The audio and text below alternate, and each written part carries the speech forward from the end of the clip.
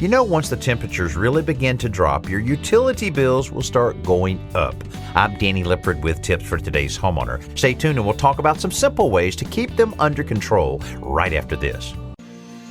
Got any tools on your Christmas list? You're in luck this year. Today's homeowner has teamed up with Woodcraft to provide one lucky winner $1,000 worth of tools and woodworking supplies. Now through December 15th, enter the Tools Under My Tree giveaway at todayshomeowner.com/giveaway to win a $1,000 Woodcraft gift card. Again, it's very easy to enter. Just log on to todayshomeowner.com/giveaway.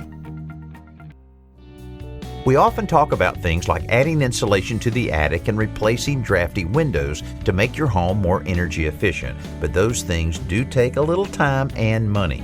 There are, however, some really simple things you can do to make a big impact on your utility bills. First, set back your thermostat about 10 degrees when you're away from home for 8 hours or more. You'll shave as much as 10% off your energy bill without sacrificing any comfort.